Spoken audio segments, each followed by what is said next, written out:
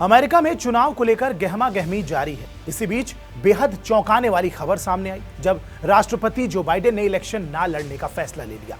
21 जुलाई को उन्होंने एक पत्र लिखकर इस बात की जानकारी दी। हालांकि ऐसा पहली बार नहीं है जब किसी राष्ट्रपति के पद पर रहते हुए किसी राष्ट्रपति ने अपनी दावेदारी छोड़ी हो। अमेरिकी राष्ट्रपति चुनाव के इतिहास पर अगर नजर डालें तो साल 1968 में भी ऐसा पहले हो चुका है। उस वक्त लिंडन जॉनसन राष्ट्रपति हुआ करते थे। राष्ट्रपति रहते हुए जॉनसन ने खुद को अगले चुनाव में प्रत्याशी घोषित किया था, लेकिन इलेक्शन कैंपेन के दौरान उन्होंने पीछे हटने का फैसला लेकर सबको चौंका दिया था।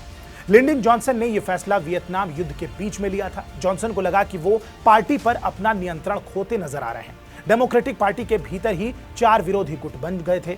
इनका वियतनाम युद्ध को लेकर अलग अलग रुख था। इसके चलते पार्टी कई धड़ों में बढ़ चुकी थी। जॉनसन के पास युद्ध जीतने का कोई फुल प्रूफ प्लान नहीं था। इसके अलावा वो पार्टी टूटने से बचाने में भी सक्षम नहीं थे। जॉनसन अपने गिरती स्वास्थ्य को लेकर भी चिंता में थे। दरअसल लिंडन ये मानकर चल रहे थे कि वो एक और कार्यकाल तक जीवित नहीं रहेंगे। इन्हीं सब कारणों से लिंडन ने दूसरी बार सत्ता में वापसी का विचार चुनावी कैंपेन के बीच में ही छोड़ दिया। 28 मार्च 1968 को लिंडन जॉनसन ने राष्ट्रपति पद की दौड़ से पीछे हटने का फैसला लिया। इसके बाद तत्कालीन उपराष्ट्रपति ह्यूबर्ट हम्फ्री को डेमोक्रेटिक पार्टी की तरफ से राष्ट्रपति पद का उम्मीदवार बनाया गया, लेकिन रिपब्लिकन उम्मीदवार रिचर्ड निक्सन ने हम्फ्री को हरा दिया। जॉनसन के बाद बाइडेन ने भी ऐसा ही फैसला लिया है। भले ही बाइडेन का यह कहना हो कि उन्होंने पार्टी और देश हित में चुनाव न लड़ने का फैसला लिया है, लेकिन यह सच नहीं है। उन पर पार्टी नेताओं की ओर से और उम्मीदवारी छोड़ने का दबाव बनाया जा रहा था। बाइडेन की उम्र और खराब सेहत भी इसकी बड़ी वजह मानी जा रही है। इसके अलावा 25 जून को हुई प्रेसिडेंशियल डिबेट में जो बाइडेन ट्रंप से मुकाबला नहीं कर पाए थे। CNN समेत तमाम इलेक्शन सर्वे ट्रंप की जीत का दावा कर रहे हैं। ऐसे में बाइडेन का चुनावी मैदान छोड़ना डेमोक्रेट्स के लिए बड़ी राहत माना जा रहा है। उम्मीद जताई जा रही है कि डेमोक्रेटिक पार्टी ने चुनावी मैदान में फिर से वापसी की है ये कदम उठाकर।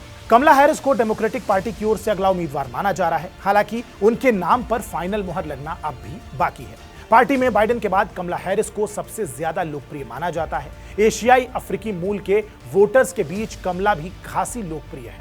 गोरों की तुलना में कमला हैरिस ब्लैक अमेरिकन्स के बीच काफी लोकप्रिय हैं। महिलाओं के बीच भी उनकी गहरी पैठ है। माना जाता है कि कमला हैरिस भी ट्रंप को कड़ी टक्कर दे पाने में पूरी तरीके से सक्षम है। कमला हैरिस ट्रंप की लोकप्रियता के करीब हैं। एक सर्वे के अनुसार अगर 47% मतदाता ट्रंप को पसंद करते हैं तो 45% मतदाता कमला हैरिस को भी पसंद करते हैं। वहीं 50% महिलाएं उनको पसंद करती हैं, जबकि बाइडेन को केवल 44%। रॉयटर्स के सर्वे में भी कमला हैरिस ट्रंप से महज 1% ही पीछे हैं।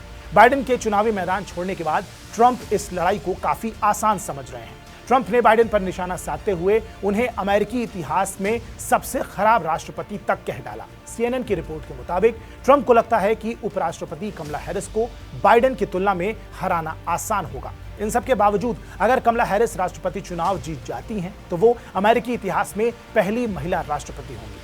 हालांकि अभी भी उनके नाम देश की पहली महिला उपराष्ट्रपति बनने का रिकॉर्ड ऑलरेडी दर्ज है। बहरहाल इस वीडियो पर आपकी क्या प्रतिक्रिया है हमें कमेंट बॉक्स में जरूर बताएं। बाकी देश और दुनिया की तमाम बड़ी खबरों के लिए आप सब्सक्राइब कीजिए TV9 डिजिटल। नमस्कार।